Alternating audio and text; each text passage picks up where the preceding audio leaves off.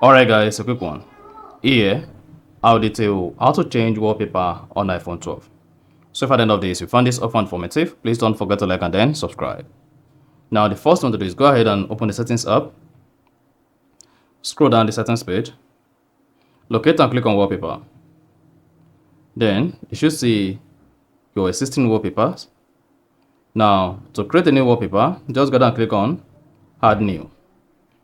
Once you select add new wallpaper, then select the new wallpaper you want to set here. You can use photo shuffle, astronomy, like this. And you can also come and use kaleidoscope. So just scroll through and select the wallpaper you want to change to on your iPhone 12. So in this case, let's go ahead and use the iOS 18 wallpaper. Click on it. Then this is what we're going to have. Now go ahead and click on add at top right. Then click on set as peer wallpaper.